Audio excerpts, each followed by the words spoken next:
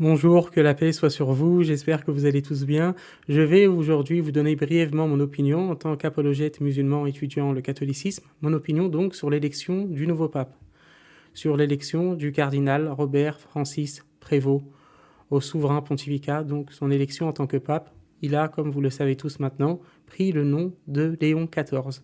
Je dois vous l'avouer, en toute honnêteté, son élection m'a énormément surpris. Ça a été une très grande surprise pour moi, parce que autant la possibilité d'un pontificat de Robert Sarrat, du cardinal Sarrat, n'était pas l'option la plus probable. On aurait pu imaginer un candidat déjà un tout petit peu plus conservateur que celui qui a été élu ce soir. On aurait pu imaginer un candidat tout de même de compromis comme le cardinal Pizzaballa, qui aurait été un candidat conservateur mais de compromis, plus conservateur que celui qui a été élu ce soir.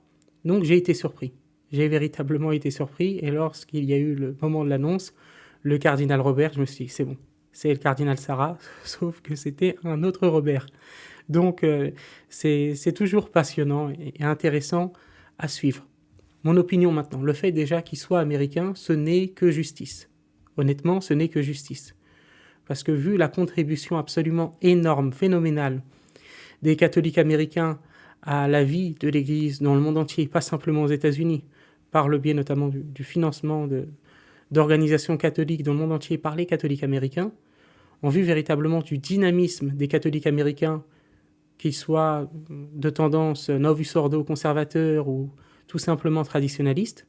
Ce n'est que justice. Et de mon point de vue, et ce n'est que mon point de vue, et donc cela n'a pas une très grande valeur, mais mon point de vue, c'est que tous les papes dorénavant devraient être américains. C'est véritablement mon point de vue, et ça ne serait que justice par rapport à la contribution phénoménale des catholiques américains. Concernant maintenant l'orientation de ce nouveau pape. Ce nouveau pape est sur la ligne du pape François, sur la question des migrants, sur la question donc de la lutte contre la pauvreté, sur ce genre de questions. Par contre, il est plus conservateur sur les questions de mœurs, notamment sur la relation de l'Église catholique avec le lobby LGBT. Il a des opinions qui sont plus conservatrices que celles du pape François. Ça, c'est une évidence à ce niveau-là. Il a des opinions plus conservatrices également sur la question du genre. Donc, il est à la fois dans la continuité du pape François et en même temps dans une certaine rupture. Et son choix de nom, Léon XIV, est à ce titre particulièrement révélateur. Pourquoi ? Parce que c'est, selon moi, un message, un signal d'ouverture envoyé aux catholiques traditionnalistes, aux catholiques conservateurs plus généralement. Donc choisir le nom d'un pape et être à la suite de Léon XIII, qui était un pape très important dans l'Église catholique, qui a toujours maintenu la doctrine de l'Église avec par exemple des encycliques comme Immortale Dei, des encycliques très strictes et très fermes contre le modernisme, mais en même temps qui a eu une certaine ouverture. On se rappelle qu'il est connu comme étant le pape, entre guillemets, du grand ralliement, même si certains vont contester l'attribution du grand ralliement à Léon XIII. Mais on connaît tous, bien entendu, son encyclique à ce sujet, son encyclique en français dans le texte, au milieu des sollicitudes. Donc c'est un message, il envoie véritablement ce message qui est, avec ce nom, un message d'ouverture aux catholiques traditionnalistes, aux catholiques conservateurs, mais à la fois un moyen de rassurer aussi les catholiques progressistes en ne choisissant pas, par exemple, de s'appeler Léon XIII, en ne choisissant pas de s'appeler Pie XIII, en ne se mettant pas à la suite des papes vraiment considérés comme faisant partie de ce mouvement de l'intransigeance catholique contre le modernisme que représentaient Pie IX, Pie X, Pie XI et Pie XII.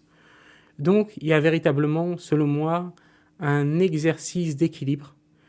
Et ce pape donc Léon XIV, pourrait être demain le pape de la réconciliation catholique. C'est une possibilité.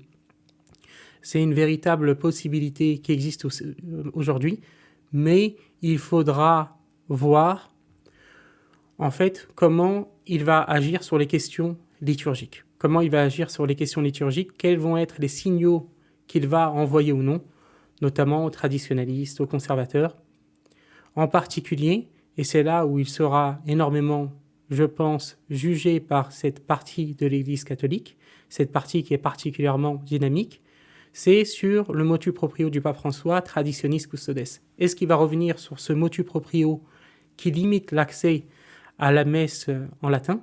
Est-ce qu'il va revenir sur ce motu proprio? Ou est-ce qu'il va garder ce motu proprio, voire va le renforcer? Je pense, de mon point de vue, et bien entendu je peux me tromper, qu'il va revenir sur ce motu proprio, peut-être en une fois ou peut-être progressivement, et qu'il va essayer de mettre fin à ce qu'on appelle la guerre liturgique. Donc entre ceux qui sont attachés à la messe de Pie V, à la messe tridentine, et ceux qui sont attachés au Novus Ordo, donc à la messe de Paul VI. Il va essayer de réconcilier les deux en revenant un peu à la politique de Benoît XVI avec son motu proprio Summorum Pontificum, qui garantissait un accès très large à la célébration de ce qu'il a appelé dans son motu proprio le rite extraordinaire, ce qui est donc la messe de Pie V, la messe selon le rite tridentin, bien entendu avec le missel de 1962. Missel qui d'ailleurs a été publié, comme on le sait tous, sous Paul VI. En tout cas, il me semble sous Paul VI. Donc, il y a véritablement ces questions liturgiques qui vont être révélatrices de l'orientation de ce pontificat. Pontificat qui, à l'heure actuelle, je pense, pourrait unir les catholiques. Et je vois aujourd'hui, ce soir, beaucoup de déception dans le camp des catholiques conservateurs, des catholiques de tendance traditionnaliste.